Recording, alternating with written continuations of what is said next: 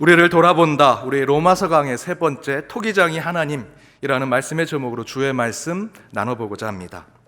지난 주일 하나님의 놀라우신 택하심에 대한 말씀을 통해서 하나님의 전적인 주권에 대한 이야기를 나눴습니다. 그런데 하나님은 그 주권과 능력을 팔이 안으로 굽는 것으로 사용하지 않으시더라. 누군가에게 특권을 주는 것으로 하나님은 그 권한을 사용하지 않으신 분이시다라는 겁니다. 인간의 눈으로 볼 때는 하나님이 아브라함, 이삭, 야곱, 요셉만을 택하시고 이스마엘, 에서, 야곱의 형제들, 그들은 저주하고 버리셨다고 우리 인간의 관점으로는 그렇게 볼 수 있지요. 그러나 지난주일 말씀에서 야곱을 택하시고 에서를 버리신 하나님, 그분이 나의 하나님이시다라고 생각하면서 교만에 빠져 있는 우리는 늘 나는 야곱이야, 난 요셉이야, 난 선택받은 모세야 라고 생각하지만 우리는 그 전제와 출발점을 다시 설정해야 한다라고 말씀드렸습니다. 야곱이 아니라 버림받은 에서로부터, 또한 떨기나무에서 신비한 하나님의 부르심을 받은 모세가 아니라 하나님과 대척점에 서 있었던 애굽왕 바로로부터 우리의 신앙의 출발을 다시 설정해야 한다 말씀드렸죠. 그래서 그렇게 출발점을 다시 잡고 겸손히 주님 앞에 서는 저와 여러분에게 하나님께서 로마서 9장 17절의 말씀으로 위로를 주시더라 라고 제가 전했습니다. 먼저 제가 받은 위로를 여러분께 나눴지요. 하나님인 내가 연동교회 내 백성에게 말씀으로 깨우치게 하기 위해 김주용 너를 세운 것이다. 잘난 것 하나 없는 너로 말미암아 내 능력을 나타내고 내 이름을 온 땅에 전파하게 하려고 너를 세운 것임을 잊지 마라 라고 말씀해 주시더라는 겁니다. 이 위로의 말씀은 제게만 주어진 말씀이 아닙니다. 하나님인 내가 하나님의 뜻을 이루게 하기 위해 김집사, 이권사, 최장로, 너를 내 가정, 내 직장, 내 일터, 내 사명의 처소에 세운 것이다. 잘난 것 하나 없는 너를 통해 하늘의 능력을 나타내고 내 이름을 온 땅에 전파하게 하려고 너를 세운 것임을 잊지 마라. 이 말씀이 우리에게 위로가 되더라는 것이지요. 여러분, 우리는 유대인이 아닙니다. 야곱이 아니고요, 요셉, 모세, 다윗의 혈통을 이어받은 자들이 아닙니다. 도리어 저와 여러분은 이방인에 불과하죠. 그러나 하나님은 아무것도 아닌 우리를 통해 하늘의 일을 하게 만들어 주신다라는 것입니다. 그것이 참으로 놀라운 하나님의 은혜라는 것이죠. 그 얼마나 큰 저와 여러분에게 위로가 되는 말씀입니까? 이처럼 하나님의 예정하심, 하나님의 택하심, 하나님의 구원과 심판의 주권은 선택과 유기, 택하심과 버리심의 그 양자택일 사이에서 심판하시고 저주하신 무시무시한 하나님이 아니라, 하나님은 어떻게 하면 버리고 유기되었다라고 생각하는 이들에게까지 구원을 베푸시고 긍휼과 자비를 주실까를 늘 고뇌하시는 분이 우리 하나님이시더라는 것입니다. 하나님의 절대적 주권과 하나님의 절대적 권한은 인간이 생각하기에 은혜가 없다 하는 곳에 은혜를 주시는 것이고요, 구원이 없다 하는 곳에 구원을 주시는 것, 바로 그것이 하나님의 절대적 주권이었다라는 것입니다.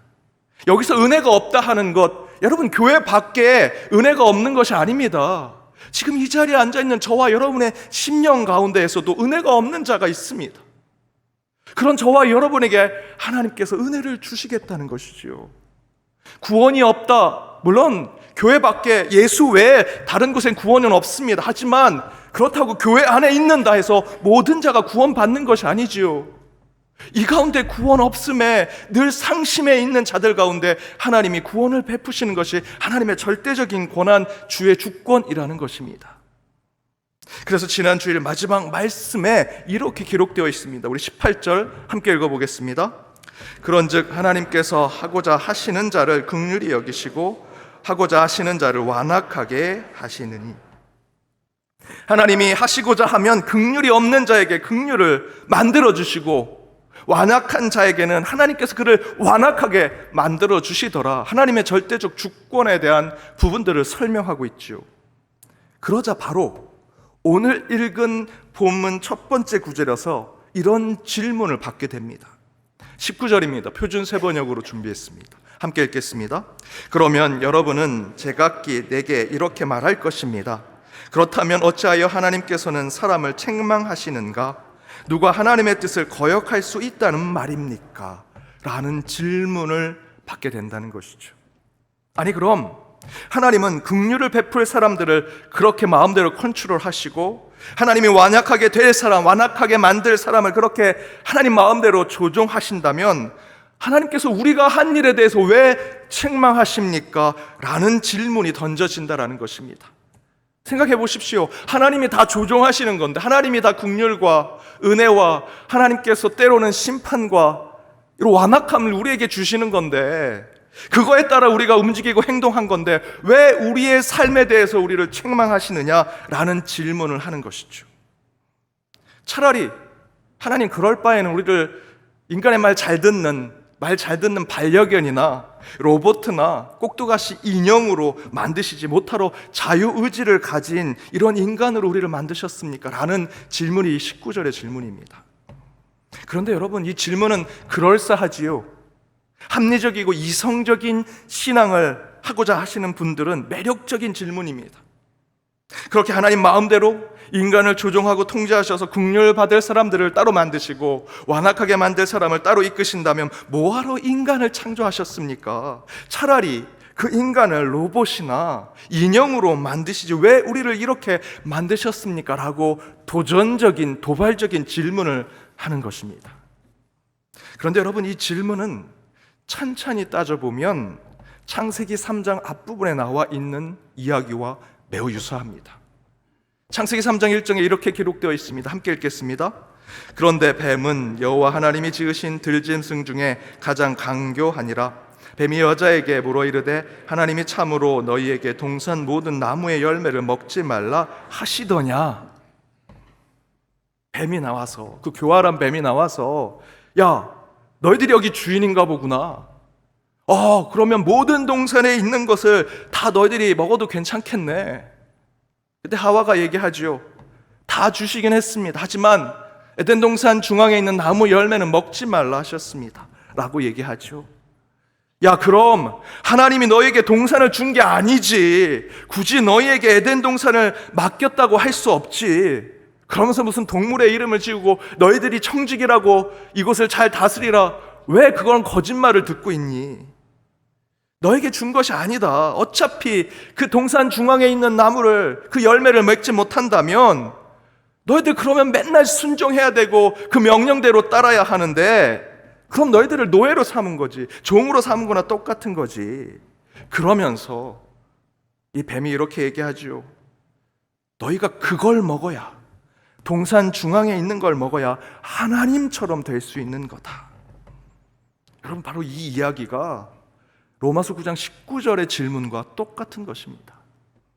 큰 틀에서 말씀드리면 바울에게 19절과 같은 질문을 하는 이들이 누구겠습니까? 여전히 자기들이 지키는 율법, 자기가 행하는 선행과 공로로 하나님의 구원과 부르심의 권한을 하나님이 아니라 인간이 그것을 가져오고자, 인간이 그것을 좌지우지하고 싶은 자들의 질문인 것이죠. 말로는 저희는 하나님의 율법을 다 지키는 순종하는 자들입니다 라고 하지만 그들의 내면 속에는 하나님, 제가 율법 다 지켰는데 왜 복을 안 주십니까? 저 가난한 자들을 정말 잘 살피고 선행하고 인간적인 공로와 윤리와 도덕을 다 지켰는데, 하나님 말한 대로 다 순종했는데 왜 저 이방인들에게 더 큰 복과 은혜와 구원을 주십니까? 라는 이야기를 하면서 하나님 불의하십니다 라고 얘기하는 질문이죠. 19절의 질문은 사실 매우 세련되고 합리적이며 우리의 신앙을 한 단계 업그레이드 시킬 대단한 질문처럼 보이지만, 이 질문은 끝내 교활한 뱀이 하는 질문과 다를 바가 없는 것입니다. 하나님 그렇게 하시면 누가 순종하고 누가 기도하고 누가 하나님 뜻대로 살겠습니까? 라고 하면서 그 주도권을, 구원과 영혼의 삶의 주도권을 하나님이 아니라 인간이 가져오려고 하는 매우 불의한 질문입니다. 그래서 바울이 20절에 이렇게 얘기하죠. 우리 20절 말씀 함께 읽겠습니다. 그러나 사람이 무엇이기에 하나님께 감히 말대답을 합니까? 만들어진 것이 만드신 분에게 어찌하여 나를 이렇게 만들었습니까? 하고 말할 수 있습니까? 바로 20절에서 바울이 무슨 이야기를 하고 있습니까? 곧 지금 저와 여러분이 읽고 있는 이 로마서의 말씀에서 우리가 착각하지 말아야 할 것은 구원과 심판, 부르심과 택하심은 우리 인간의 이야기, 이 땅의 이야기가 아니라는 것입니다.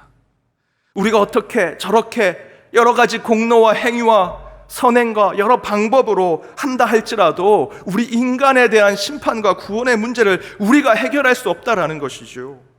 하나님의 구원과 심판, 부르심과 택함의 문제는요, 하나님의 주권과 하나님의 권한 안에 있다는 하나님에 대한 이야기입니다.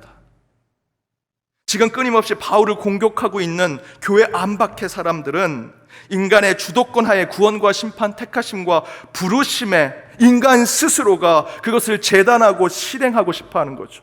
성경에 아무리 이렇게 쓰여져 있어도 그 성경에 쓰여진 것에 인간이 이렇게 했고 저렇게 했기 때문에 이런 구원과 이런 심판이 이루어진 것이다 라는 얘기와 해석을 하고 싶어하는 것입니다. 여러분, 왜 자꾸 하나님의 영역에 있는 것을, 우리의 창조자 되신 하나님의 권한에 있는 것을 우리 인간이 얘기합니까? 내가 생각할 때는, 내가 해석할 때는, 나 때는 말이야 하면서 우리는 하나님의 권한에 있는 것을 인간이 풀어내서 설명하려고 할 때가 너무 많습니다. 그러나 바울은 그에 대한 항변을 줄기차게 얘기하죠. 로마서 3장 23절에서 우리 인간이 어떤 노력을 하고 어떤 방법을 취한들 하나님의 영광에 이를 수 없다 얘기합니다. 인간은 스스로 구원할 수 없는 존재라는 것이지요. 여러분이 갖고 있는 교회 안의 직분, 여러분 손에 쥐어진 재물, 물질, 여러분 머릿속에 있는 지식과 경험들, 여러분 세상의 권세와 여러분 세상의 위치와 또는 내가 그래도 세상에 품격 있게 살아가는 것처럼 보이는 여러분 안에 있는 도덕과 윤리, 내 머릿속에 있는 철학과 사상, 그런 것이 아무리 뛰어나 보일지라도 그것으로는 결코 구원과 심판에 대한 얘기를 할 수 없다는 것입니다. 그것은 인간에 대한 얘기가 아닙니다. 하나님의 권한에 있는 이야기지요. 그러면서 바울은 오늘 본문에서 토기장이신 하나님에 대한 얘기를 합니다. 우리 21절 말씀 함께 읽겠습니다.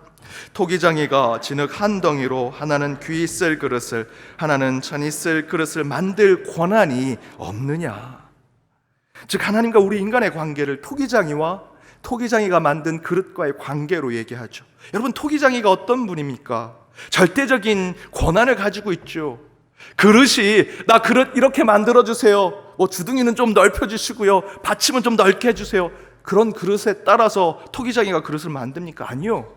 토기장이 머릿속에 있는 그 설계된 대로 그릇을 만들지요. 토기장이는 절대 주권을 가지고 있는 자입니다. 절대 권한을 가진 토기장이와 그 토기장이가 만든 그릇, 지금 저와 여러분의 관계, 그 관계 속에는 엄청난 반전이 오늘 말씀 가운데 들어 있습니다. 어찌 보면 토기장이는 절대 권한을 가진 존재죠. 21절의 표현대로 진흙 한 덩이로 귀한 찻잔을 만들던, 천하게 보이는 간장 종기를 만들던, 자기 마음대로 아무거나 만들 수 있는 절대 권한을 가진 존재가 토기장입니다. 우리 하나님이 그 토기장이와 같은 분이시라고 바울은 얘기하죠. 그런데 바울이 하나님을 토기장이로 묘사한 이유는 예수 당시에 절대적 권한, 하나님보다 더 큰 권한을 가진 것처럼 보이는 로마 황제, 지금 이 시대의 가장 큰 나라의 가장 강대국의 미국의 대통령, 그들이 가지고 있는 절대적 권력과 힘을 사용할 수 있는 존재가 바로 이 토기장이라고 생각하는데, 예수님께서 지금 비유하시는 말씀은 그렇지 않고요, 그 절대적인 힘과 능력, 권세와 권한을 가지고 있는 이 토기장이가 자기가 빚은 그릇 가운데 깨지고 상하고 하자가 있는 그릇을 버리지 아니하고 그 그릇을 선택하고 사용하기로 결정하는 곳에 자신의 권한을 드러내는 자가 바로 예수님이 비유로 설명하는 토기장이 하나님이십니다. 다시 말씀드리면 토기장이는 자기 마음대로 그릇을 만들고요, 자기 마음대로 그릇을 버리고 깨트리고 쓰레기통에 버릴 수 있는 권한을 가진 자인데, 이 토기장의 하나님은 당연히 쓰레기통에 들어갈 수 있는 그 하자가 있는 그릇조차도 품어 안고 사용하는, 그곳에 자신의 권한을 사용하더라는 것이죠. 그래서 22절에 이렇게 얘기합니다. 함께 읽어보겠습니다. 만일 하나님이 그의 진노를 보이시고 그의 능력을 알게 하고자 하사 멸하기로 준비된 진노의 그릇을 오래 참으심으로 관용하시고. 제가 표준 세번역으로 이 말씀을 다시 읽어드리겠습니다. 좀 더 쉽게 받아들이실 수 있습니다. 하나님께서 하신 일도 마찬가지입니다. 하나님께서 진노를 보이시고 권능을 알게 하시기를 원하시면서도 멸망받게 되어 있는 진노의 그릇에 대하여 꾸준히 참으시면서 너그럽게 그것을 대주시더라. 토기장이는 절대적인 권한을 가진 존재지요. 바로 그런 절대자와 같은 토기장이가 눈앞에 하자와 문제가 있는 그릇에 대해서 꾸준히 참고 너그럽게 그것을 사용하더라는 것입니다. 이야기는 곧 토기장이신 하나님은 절대 권세, 절대 능력, 그 권한과 힘을 가지고 있으신데, 그 권세와 능력을 나쁘고 하자가 있는, 문제가 있는 그릇을 골라 깨고 부숴서 쓰레기통에 버리는 것으로 자신의 권력을 사용하는 것이 아니라, 오히려 그 반대로 하자가 있는 그릇을 품어 안고 고치시고 새로운 것으로 그 그릇을 사용하는 것에 자신의 권한을 사용하더라는 것이죠. 바로 그분이 우리 하나님이십니다. 요한복음 3장 16절, 너무나 잘 아는 말씀이죠. 우리의 복음과 같은 말씀입니다. 함께 읽어보겠습니다. 하나님이 세상을 이처럼 사랑하사 독생자를 주셨으니 이는 저를 믿는 자마다 멸망치 않고 영생을 얻게 하려 하심이라. 이 말씀 외우고 전도할 때 사용하죠. 우리를 구원하신, 우리를 사랑하셔서 우리를 구원하신 그 하나님, 독생자 예수 그리스도까지 보내주셔서 우리를 이렇게 새롭게 만들어주신 그 하나님. 그런데 여러분, 이 말씀보다 더 중요한 말씀이 그 다음 구절에 나와 있습니다. 우리 요한복음 3장 17절 말씀 함께 읽겠습니다. 하나님이 그 아들을 세상에 보내신 것은 세상을 심판하려 하심이 아니요 그로 말미암아 세상이 구원을 받게 하려 하심이라. 주님이 왜 이 땅에 인간의 몸으로 오셨는가? 세상을 심판하러 오신 것이 아니라 세상을 구원하러 오셨다. 독생자 예수 그리스도가 하나님의 모든 권한을 갖고 있지 않겠습니까? 그렇다면 그분의 권한은 칼을 들고 죄를 지고 잘못한 사람 이쪽에 심판받는 곳에, 지옥으로 떨어지는 곳에 가는 곳에 그 권한을 사용하면 얼마나 좋겠습니까? 그런데요, 하나님의 권한을 가진 독생자 예수 그리스도가 이 땅에 오신 목적은 심판이 아니라 구원이라 말씀하고 있습니다. 하나님의 목적은 우리를 구원하시는 것입니다. 죄 많은 우리에게 긍휼을 베푸시고 은혜를 주셔서, 하나님이 살아계시고 인격적인 하나님이시고 우리를 사랑하시고 우리를 어쨌든 끝까지 품어 안으시는 그런 분이시구나 라는 것을 고백하고 찬양하며 지금 이 모습대로 예배하도록 만드시고자 하는 것이 하나님의 뜻이라는 것이죠. 토기장의 마음도 이와 같다라는 것입니다. 토기장이가 만든 그릇 가운데 애정이 없는 그릇이 어디 있겠습니까? 다 내 자식 같고 내 분신 같고 내 소중한 가족 같은 존재지요. 그런데 때로는 굽는 과정에 금이 날 수도 있습니다. 운반 중에 살짝 깨질 수도 있고요, 생각했던 모양대로 또 색깔대로 나오지도 않을 수 있지요. 그렇다면 토기장의 입장에서는 어떤 것이 더 편하겠습니까? 하자가 있고 문제가 있는 것을 깨트리고 쓰레기통에 버리고 새롭게 온전한 것을 만드는 것이 더 편하지 않겠습니까? 토기장이가 실력이 있어 세상에 알려진 토기장이라면 내 명예가 있지, 내 세상에 지위가 있지, 이렇게 하자가 있는 그릇을 만들면 안 되지, 망치로 깨서 버리는 것이 그의 권한이라고 할 수 있겠지요. 토기장이가 자기가 만든 그릇에 대해서 자기 마음대로 할 수 있는 권한이 있다면, 토기장이는 잘못되고 하자가 있는 것을 망치로 깨 버리는 것이 훨씬 편하고 그 권한을 그곳에 사용하는 것이 마땅하리라 생각이 듭니다. 그런데 바울이 묘사한 토기장이신 하나님은 그 권한과 그 힘을 반대로 사용하십니다.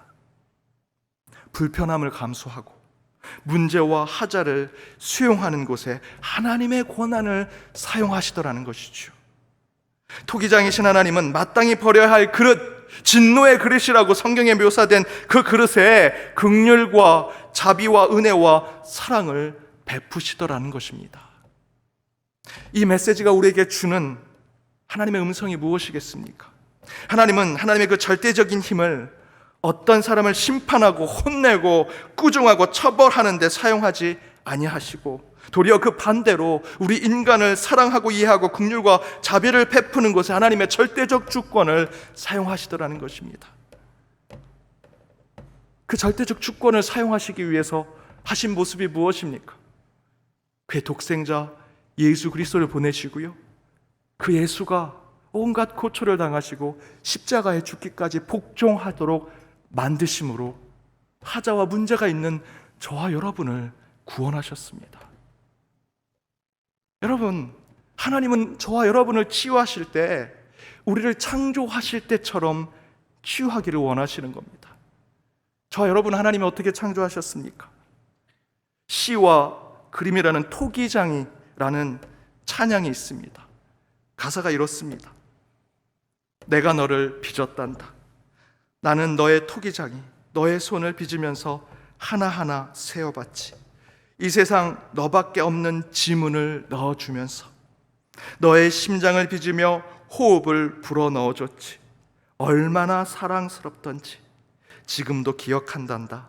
나는 너의 토기장이. 우리가 하나님을 토기장이로 생각한다면 저와 여러분이 하나의 질것으로 나올 때까지 하나님께서 그 흙을 손에 묻히시고 더러운 옷을 입으시고 우리를 빚으시는 거죠. 이렇게도 저렇게도 지문도 심장도 우리의 눈, 코, 입도 힘들게 만드셔서 가마에 넣고 그것이 구워질 때까지 기다리고 노심초사 잘 구워지겠지, 갈라지진 않겠지, 색깔이 잘 나오겠지. 하지만 때로는 금이 가기도 하고요, 색깔이 잘 나오지도 않을 때도 있었습니다. 그럼에도 불구하고 토기장이신 하나님은 그것을 품어 안아주시죠. 요한복음 9장에서 맹인을 치유하셨던 모습은요, 바로 우리를 창조하실 때 그 모습을 그대로 보여주신 것입니다. 그 더러운 흙에 손을 묻히시고 그 눈을 마치 처음 창조하실 때처럼 우리를 그릇으로 만드실 때처럼 다시 진흙으로 빚으시는 그 모습을 통해서 이 맹인을, 이 시각장애인을 고치시는 것이죠. 우리 토기장이신 하나님은 말씀으로 뚝딱 만드는 그런 권한을 포기하시고 예전에 더럽고 추한 것으로 그 흙으로 다시 빚으시고 만드시고, 또한 만들고 나서도 여전히 하자 있고 문제가 있는 삶을 사는 우리를 끝까지 용서하시고 긍휼을 베푸시는 그곳에 하나님의 권한을 사용하기로 결정하셨다는 것입니다. 사랑하는 여러분, 하나님은 저와 여러분을 빚으셔서 그렇게 이 땅에 보내주신 토기장이와 같은 하나님이십니다. 여러분, 때로 아프고 절망스러우시죠? 아프고 절망하지 마십시오. 토기장인 하나님은 우리의 문제, 우리의 아픔, 우리의 상처도 모두 끌어안으시고 사랑과 은혜를 베풀어 주실 것입니다. 우리의 상한 심령, 아픈 몸, 처음 우리를 창조하셨던 그 진흙으로 빚으셨던 모습 그대로 우리를 회복시켜 주시고 때로 치유하실 때 그 가운데 우리는 그 하나님의 절대적인 권한 가운데 흘러나오는 주의 긍휼과 자비를 체험하게 되리라 믿습니다. 그런 그 하나님, 그 토기장이와 같은 하나님을 인격적으로 만나 치유와 회복을 곳곳에 전하고 그 긍휼과 자비로운 삶을 우리 신앙 가운데 드러내는 저와 여러분이 되기를 주님의 이름으로 축복합니다.